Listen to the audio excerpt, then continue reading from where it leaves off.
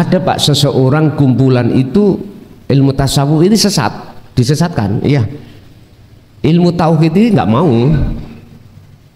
Ada yang mengatakan itu sesat, itu hak mereka. Sehingga yang dimaksud kematian itu jasmani.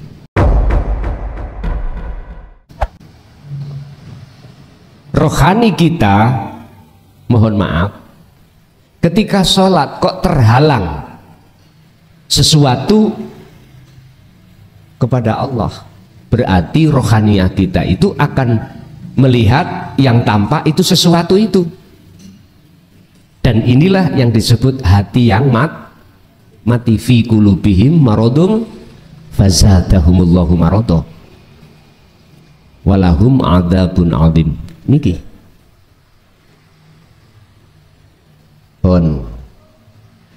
padahal di dalam kitab Hikam Syekh Ibnu Athaillah dawuh pasal 15 sampai 24. Kitab ini diakui oleh orang-orang Nahdiyin, tapi belum tentu diakoni orang selain Nahdiyin. Artinya ada kelompok seseorang itu kalau ngomong ilmu tasawuf, ilmu yang membahas tentang hati itu sesat. Ada yang mengatakan itu. Loh ya itu haknya sendiri Pak, biar gak ada masalah.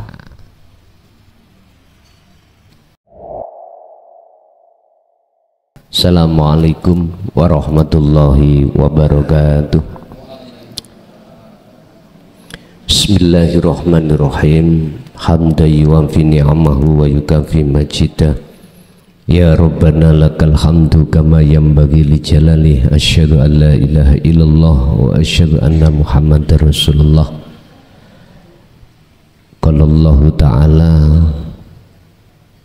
kullu nafsin dha'iqatul maut wa nabluukum bisyarri wal khairi fitnatan wa ilaina turja'un. Sadaqallahul azim. Amma ba'd.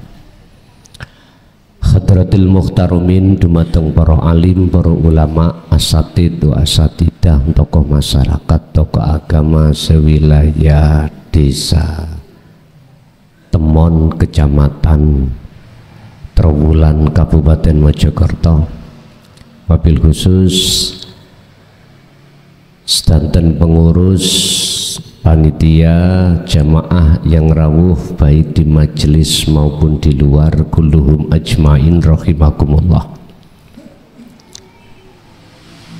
Alhamdulillah, dalam kesempatan malam hari ini kita masih diberikan Allah satu anugerah sehingga bisa berkumpul di sini majelis dalam rangka ta'lim muta'alim, yang untuk malam hari ini kita akan membahas masalah bagaimana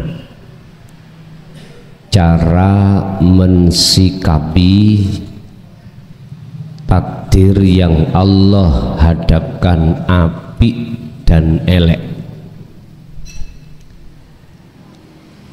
Bagaimana cara kita mensikapi ketika saat Allah nguji, mendatangkan takdir sing elek dan takdir sing apik supaya ati sampeyan iki mboten rusak.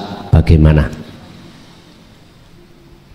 Tolong dibuka di dalam surah Al-Anbiya ayat 35. Itu nanti akan bisa menjadi satu petunjuk bagaimana kita mensikapi dua takdir, apik lan elek. Bismillahirrahmanirrahim. Kullu nafsin utawi saben-saben jiwa diri kita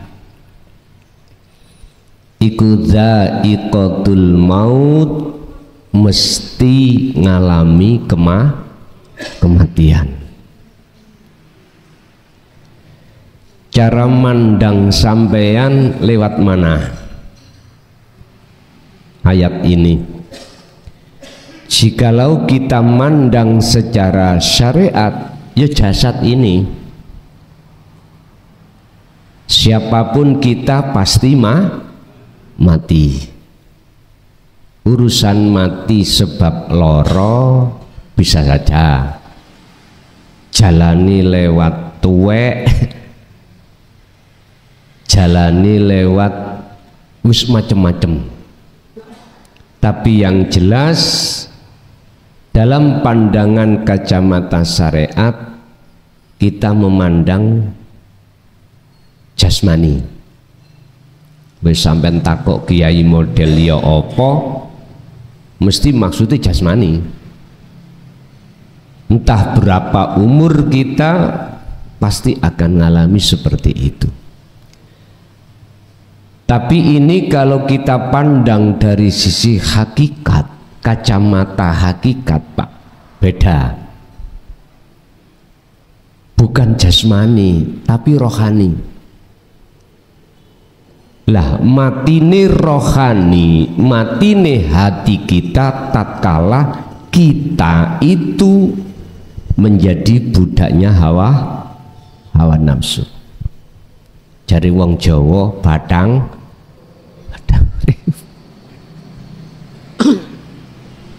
ternyata hati kita terkubur oleh perkara sakliyane Allah itulah, sehingga menghalangi antara rohaniyah dengan Allah, sehingga sampai kapanpun kita hati yang terhijabi seperti ini, jangan dibilang dia bisa eling nang Allah, mboten saged. Jangan dibilang dia itu akan bisa liqo bertemu Allah, mboten saged. Mboten saged. Karena ada penghalang. Mohon maaf, kalau ada Pak seseorang kumpulan itu ilmu tasawuf ini disesatkan, iya. Ilmu tauhid ini nggak mau. Ada yang mengatakan itu sesat, itu hak mereka. Sehingga yang dimaksud kematian itu jasmani. Rohani kita, mohon maaf, ketika sholat kok terhalang sesuatu kepada Allah, berarti rohaniyah kita itu akan melihat yang tampak itu sesuatu itu. Dan inilah yang disebut hati yang mati. Fi qulubihim maradun fazadahumullahu maradah walahum adzabun adzim. Niki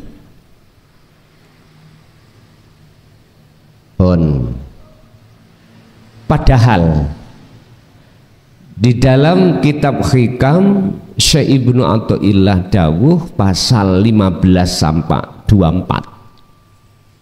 Kitab ini diakui oleh orang-orang Nahdiyin, tapi belum tentu diakoni orang selain Nahdiyin.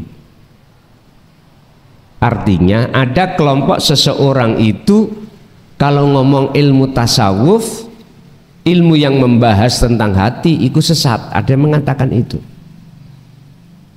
Loh ya itu haknya sendiri Pak, biar gak ada masalah. Sehingga apapun yang mereka lakukan, hatinya tetap mengakui dirinya yang melakukan. Niku haknya masing-masing. Bagaimana Syekh Ibnu Athaillah mensikapi terkait masalah ini? Kaifa yutasawwaru, apa mungkin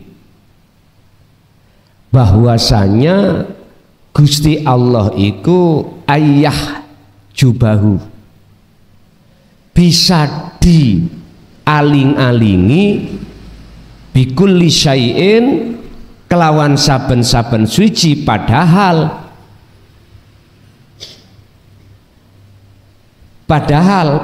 wa huwa khali utawi Allah iku alladzat ala kulli syai'in, ngelimputi atas segala sesuatu. Apa mungkin Allah itu bisa ditutupi oleh sesuatu, padahal di mata Allah sesuatu itu tidak ada? Ngeten nih. Cara istilah, bagaimana mungkin kula niki tidak bisa dihijabi sesuatu antara kula dengan jenengan, padahal di depan kula tidak ada sesuatu yang menghijabi. Jadi langsung nek menungsone se iya sing dihijabi. Lah Allah menghijabi manungsone terhadap dirinya itu memakai sesuatu yang sesuatu itu ada kaitannya dengan makhluk. Contoh niki garwa kita masak enak, kita tahu sing masak garwa,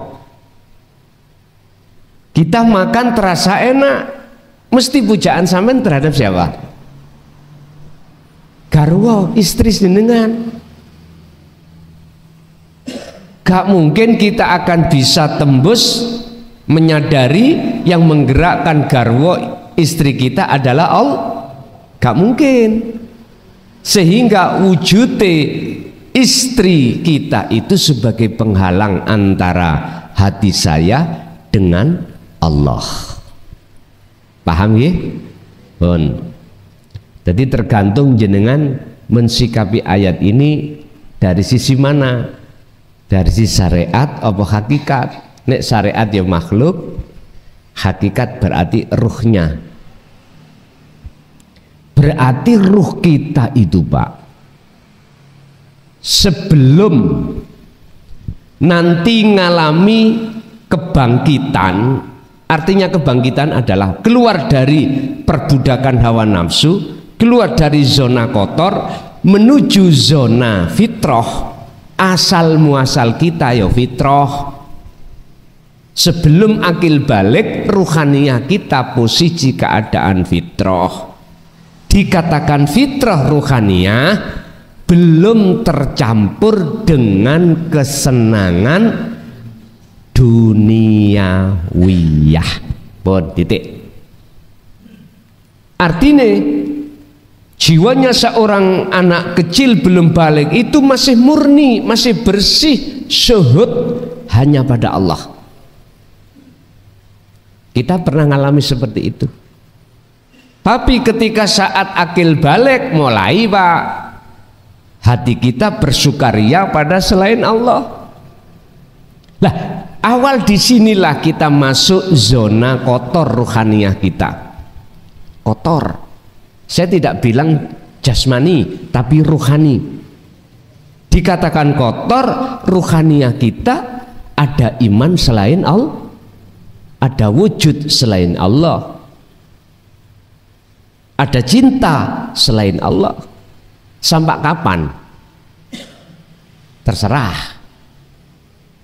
Tergantung jenengan, apakah jenengan kali kula mengikuti apa yang telah diteladankan Kanjeng Nabi apa enggak. Kanjeng Nabi kan memberikan teladan dalam surat Al-Ahzab 21. Laqad kana lakum fi Rasulillahi uswatun. Contoh yang baik berupa apa? Liman kana yarjullah. Berupa hati seseorang ada keinginan untuk berjumpa pada Allah, untuk bercinta pada Allah, untuk beriman hanya pada Allah. Orang yang hatinya ingin berjumpa pada Allah niku golongan minoritas Pak. Minoritas. Wong kita dulu dalam posisi hati di zona kotor. Apa tujuan kita sholat? Nggak mungkin ada ingin ketemu Allah. Anda ingin ketemu, hati kita ingin ketemu pahala. Inginan kita, hati kita ingin ketemu surga, jauh dari neraka. Aku bertanya, surga, neraka, pahala itu makhluk apa kholik? Jelas makhluk. Dikatakan makhluk karena yang menciptakan adalah Allah. Nah, memang kelas kita keadaan kotor itu seperti itu. Ruhaniyah kita kotor di mata Allah, ruhaniyah. Aku yakin kalau jenengan kali kula nek ruhaniyah dalam posisi seperti ini, mesti kita akan mengatakan kalau baik datangnya dari Allah, kalau jelek datangnya dari nafsumu sendiri. Itu Allah tuangkan di dalam surah surah An-Nisa ayat 79. Ma asobaka min hasanatin faminallah. Apa yang ngenei pada diri jenengan iku kebaikan, itu datangnya dari Allah. Tapi wa ma asobaka min sayyiatin famin nafsik. Tapi jikalau perkara yang ngenei kita, ngenei apa? Menerpa kita itu perkara jelek, itu datangnya dari nafsumu sendiri. Lah, niki mengke bagaimana, tergantung Anda memandang dari sisi mana, sisi syariat apa hakikat, apakah dari sisi jasmani apa rohani, itu tergantung Anda masing-masing. Bon, kita terusaken Al-Anbiya tadi. Wa nablu lan nguji sapa ingsun Allah kum ing sira kabeh bisari kelawan perkara elek. Iki bisari kelawan perkara elek. Wa nabluwakum, dan ku uji kau, aku akan mendatangkan perkara jelek terhadapmu. Jelek itu ada dua, Pak. Maksiat, bala. Niki. Intinya perkara sing gak enak. Bala dan maksiat. Tapi ayat ini wana belukum lan nekaake sapa ingsun kum ing sira kabeh bisari kelawan perkara elek wal khairi lan perkara bagus. Perkara bagus juga ada dua, taat dan nikmat. Niki semata-mata iku fitnatan kelawan dadi ujian. Wes, Anda mensikapi ayat ini dari kacamata mana? Syariat atau hakikat, terserah Anda. Kalau Anda mensikapi dari sisi syariah, nyun sewu, jikalau Anda didatangkan bala dan maksiat, mesti hati sampai muring-muring. Perkara elek, ngamuk.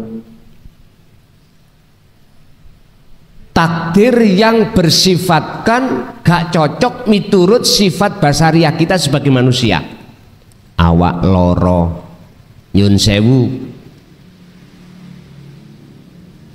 terus jenengan iki ekonomine ancur, ora enek, tidak enak. Terus jenengan iki nyun sewu, berhubung awak iki gak enak, terus larinya kemana? Negatif kebanyakan. Tinggal Anda melihat makhluknya berupa takdir atau yang mendatangkan atau yang menggerakkan, tergantung. Kalau jenengan melihat makhluknya yang digerakkan Allah berupa perkara sing gak enak, gak cocok mesti kita amarah, muring. Jatuhnya iman sampean kali kula mesti terhadap makhluk. Sapa sing nyolong pelemku? Si A. Karena kita memandang dari sisi makhluk, kacamata syariat. Pertanyaannya, si A iso gerak iku nek gak digerakno Allah apa iso?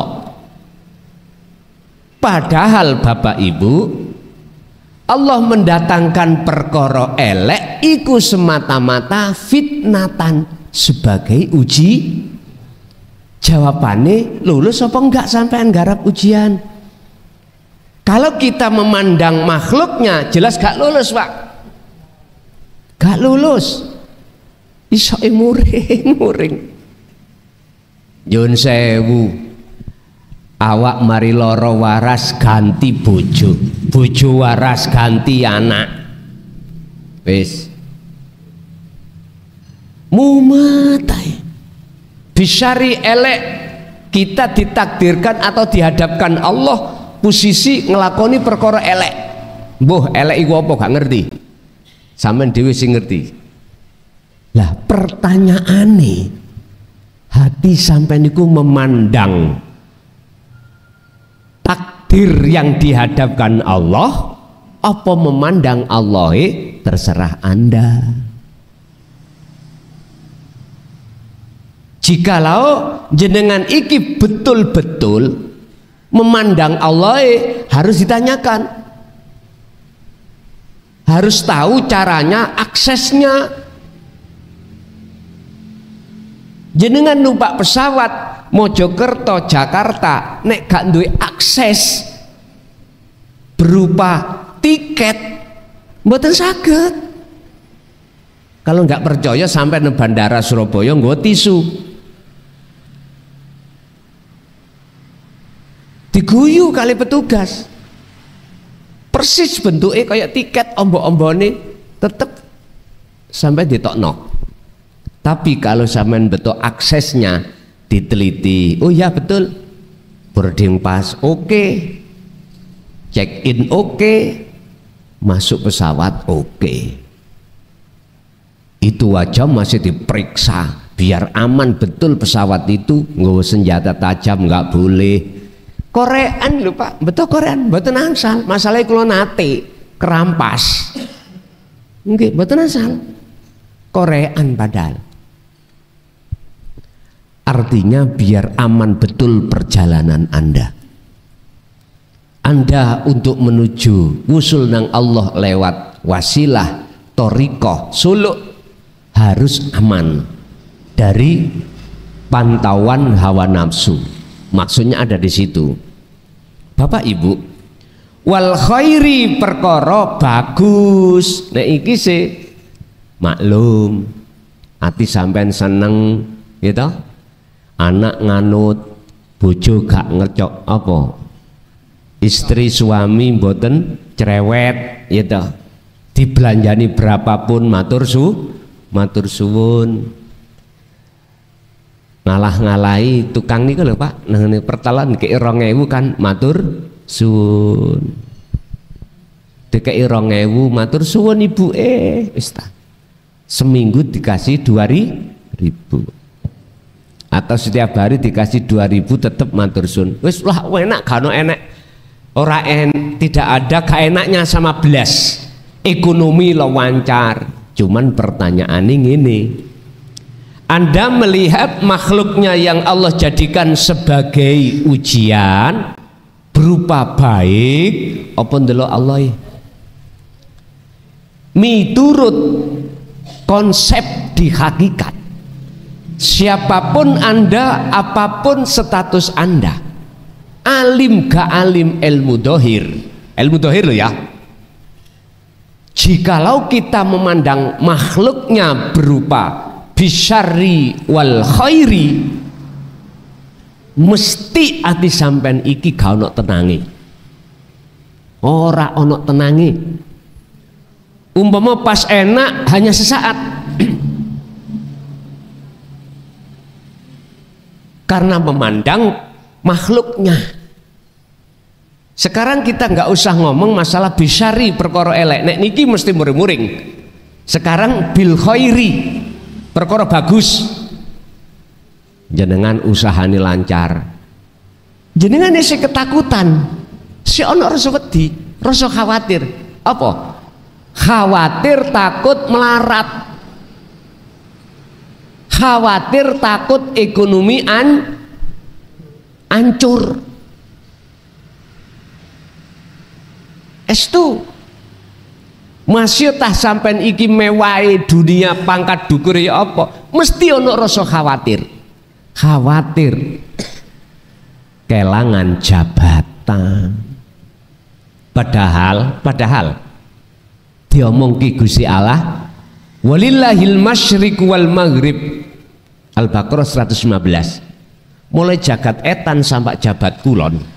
Wae sapa? Wae Gusti Allah. Oleh karena kita ngaku-ngaku inilah Bapak Ibu, akhirnya kita itu kebelenggu oleh hawa nafsu, boten saged kepanggih, tidak bisa ketemu Gusti. Inna sholati wa nusuki wa mahyaya wa mamati lillahi rabbil ngalamin. Jelas toh kita gak elok duwe nafsu iku pinter ngalim pol, kita dipaksa kongkon ngaku-ngaku ilmune, kongkon ngaku-ngaku isok ngene isok ngunu, punya ini punya itu, seperti itu Pak. Jikalau jenengan memandang, bisa memandang Allah sang penggerak loh ya, tak jamin hati sampean gak gampang sumpek, gak gampang khawatir, karena sudah melepas yen sak temene kabeh iku wae Gusti. Niki tidak angger hati loh ya, tidak sembarang hati yang bisa mau untuk ngetrapne eling nang Gusti Allah teng mriku wau. Tidak semua orang. Kita nggak usah bicara agama lain, agama kita sendiri Islam, umat Islam. Masih banyak di antara hati kita yang tertutupi oleh sesuatu sehingga tidak bisa bertemu Allah. Padahal Kanjeng Nabi sudah mengatakan keiteladan limang kana maring wong kana kang ono sapa man iku yarju duweni ati ingin ketemu Allah ing Gusti Allah. Orang itu Pak, hati isine dua. Ada yang hatinya ingin selalu bertemu kesenangan dunia mewah, ada seseorang hatinya selalu ingin bertemu Allah. Tergantung kita ada di golongan mana. Tak jamin kita itu jikalau tidak ada keinginan untuk bertemu Allah, maka kita tidak akan pernah bisa menganggap bahwasanya semua itu datangnya dari Allah. Nggak bisa.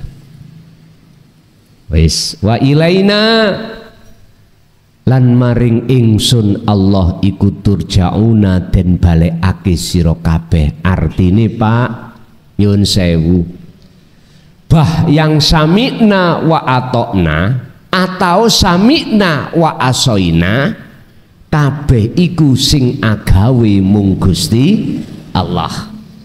Wa ilaina turjaun ini hanya diduduki oleh orang-orang yang hatinya sudah merasa dirinya laksana seperti wayang kulit. Wayang kulit ini loh Pak, wis cocok la haula wala quwata. Qur'ane ya ngono. Allahu khalaqakum wa ma ta'malun. Ternyata kalau teliti Pak, sing ngomong iku dalang, bukan golongan ngamarto, bukan golongan ngastino. Tapi ketika kita itu terbuai dengan lakone, beda Pak. Kita nggak akan pernah melihat dalange, mesti lihat wayange. Ngoten. Wayang kulit itu ya nggak bisa krungu, nggak punya sifat bisa ngomong, melihat, bergerak, mboten saged. Niki sing sadar lo ya, sing sadar. Tapi sing gak sadar beda, mboten saged. Tetep ngomongno nek apik sangka Allah, nek elek sangka nafsunya sendiri. Monggo ayo dibahas surat An-Nisa ayat 79.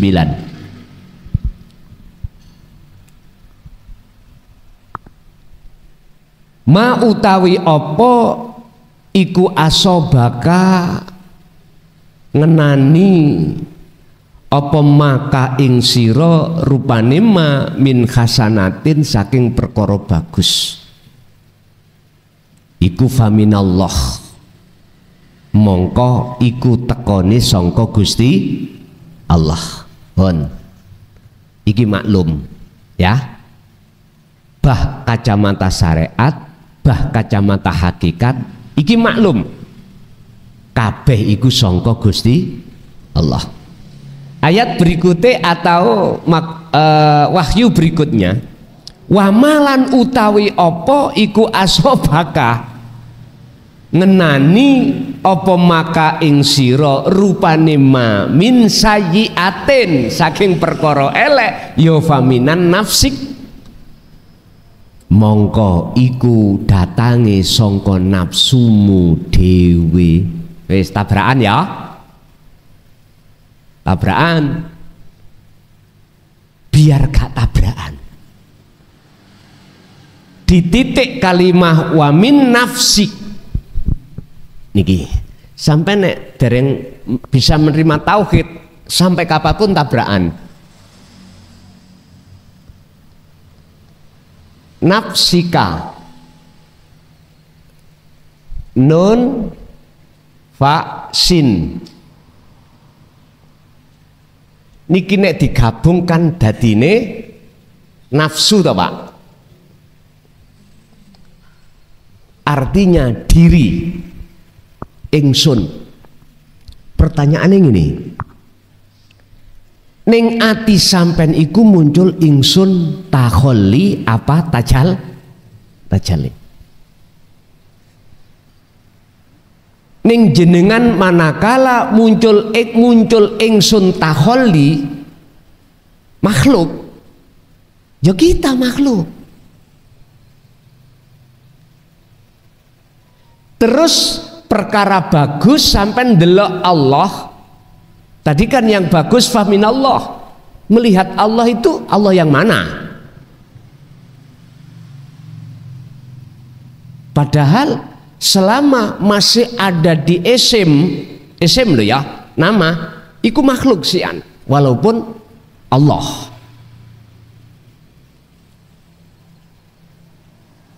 Saya katakan makhluk. Sing durung paham pun diterusno sik. Nyun sewu. Ning meja niki ana barang gini iki. Tisu, gosok, HP, spidol, HP, kacamata, mic, serban, gelas lan sak piture. Apa mungkin saya menyebut rokok? Gak mungkin, karena wujudnya rokok ndukur di atas apa ini bangku nggak ada rokok. Mesti saya harus mengatakan nama tisu, wujud sesuatu yang itulah yang namanya yang kusebut. Saya nggak mungkin akan menyebut rokok karena di meja nggak ada rokok. Mestinya gitu Pak. Paling aku nyebut tisu karena iki wujudnya tahu. Jadi sebelum saya menyebut ini harus wujud dulu. Kita enggak Umat Islam khususnya umumnya umat manusia menyebut nama Tuhannya tapi kebanyakan tidak tahu wujud Tuhan. Lagi boleh saya katakan niki salah kaprah. Kita kan tiap hari kan menyebut Pak asma Allah, tapi kita tidak tahu sebab apa ini. Ini yang umat Islam nggak mau mencari. Akhirnya kita akan mengatakan kalau jelek datangnya dari makhluk, kalau baik datangnya dari Allah, padahal kita masih di makhluk. Namanya, tapi nggak terasa. Artinya hanya di lisan, tapi nggak terasa kita. Tambah melebu tambah bingung no, rapopo bingung no. Saya akan menyebut rokok kalau sudah wujud rokok di atas bangku. Awwaluddin ma'rifatullah. Kita beragama itu harus makrifat terlebih dulu pada Allah. Wis kembali kepada min nafsik. Kalau hati sampai duduk di tajalli ingsun Allah, maksudnya bukan ingsun makhluk, ingsun kholik, beda Pak. Akhirnya mengatakan baik faminallah, perkara baik iku bahasane Allah lesan, terus min sayyiatin faminan nafsik, tapi ati sampean iku ilahukum ilahu wahid. Niku lho. Secara syariah ngomongi iku dohir sampean kali kalau Allah dan nafsu, tapi hakikat sampean ruhania sampean nggak boleh beriman cabang, nggak boleh sampean iki mang bertuhan dua, boten angsal. Dalam hati kita nggak boleh ada penguasa ganda. Kata Rasul, sinten si Allah itu? Dijawab di dalam surah Al-Kahfi ayat 10, ilahukum ilahu wahid. Dialah Tuhan yang Maha Esa. Untuk bisanya kita sampai ke Esa, wajib yastami'unal qaulah fayat tabiuna aksanahu. Az-Zumar ayat 18. Wajib kita nderekake kajiane atau ajaran Rasulullah di jalur dinut tauhid. Setelah kita dengar, muncul iman dalam hati, faham, lalu fayat tabiuna aksanahu, kita harus mengikuti, mengamalkan. Itulah yang kusebut kholwat atau zikir sirul asror. Baru di situ jenengan bisa duduk di zona tajalli, menetapkan bahwasanya semua yang berperan sumbernya dari ilahun wahid, yaiku Allah subhanahu. Nggak tabrakan Pak akhirnya antara dawuh Allah hasanah ambek sayyi'ah mboten tabrakan, sehingga yo gak tabrakan surat An-Nisa 79 dengan surat Al-Anbiya 35. Nek 35 itu menguatkan elek api iku sangka Gusti Allah. Ayatnya ngoten, wa nabluwakum, aku nekakno. Jadi Gusti Allah mendatangkan ini, Gusti Allah aku nguji nang awakmu iku bisyari kelawan perkara elek, wal khairi lan perkara bagus, fitnatan kelawan dadi ujian. Wis kita mandang perkara sing digawe nguji, apa kita mandang Sing uji tergantung jenengan.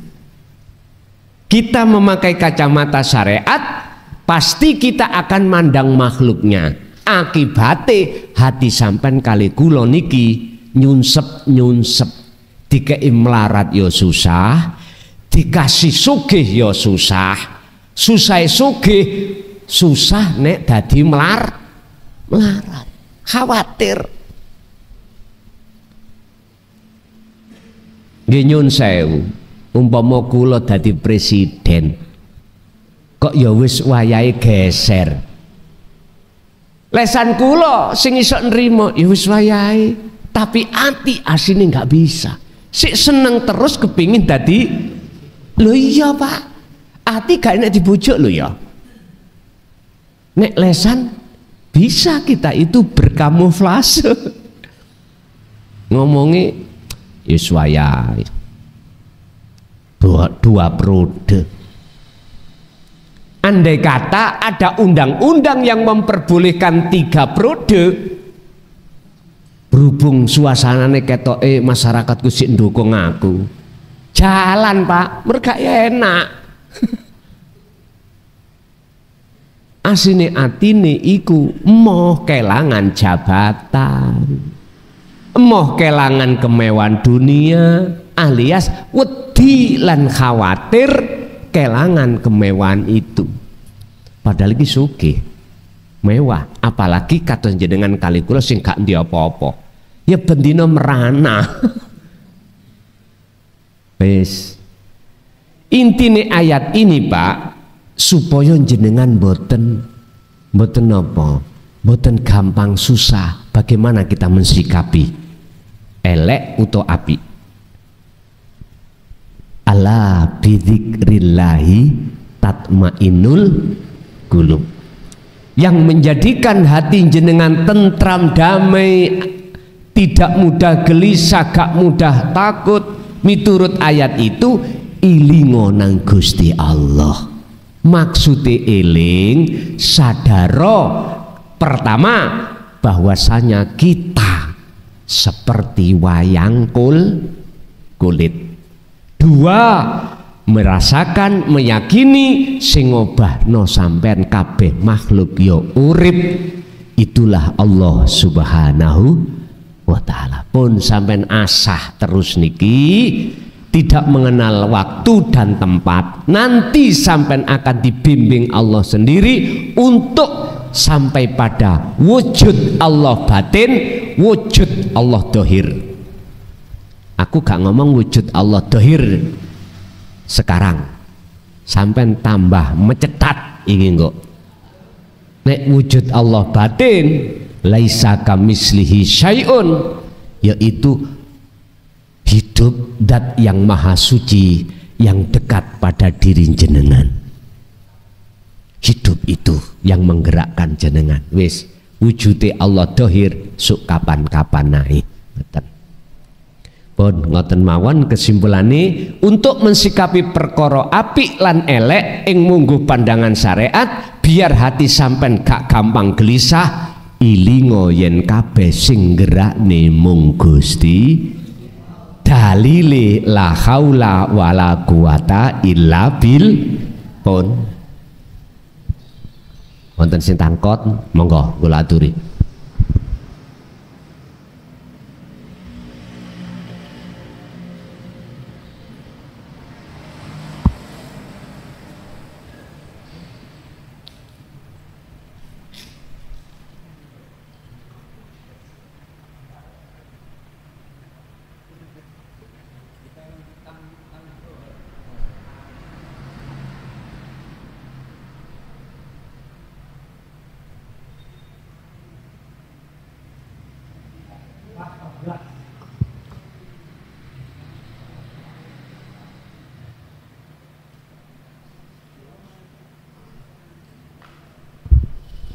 Ojo rokokan lho ya haram. Ojo bae haram tak lakonane dhewe. Ngapunten. Tempat yang tidak boleh untuk makan, merokok, atau berbicara selain Allah itu adalah min asrofil majalis, tempat yang disucikan. Apa? Tempat yang dibikin iktikaf, itu yang nggak boleh. Sampai buka fikih lah ngono ya, iku pandangan syariah temeriku. Ojo melok-melok men rokokan. Pak Mudin ojo rokokan. Nggih.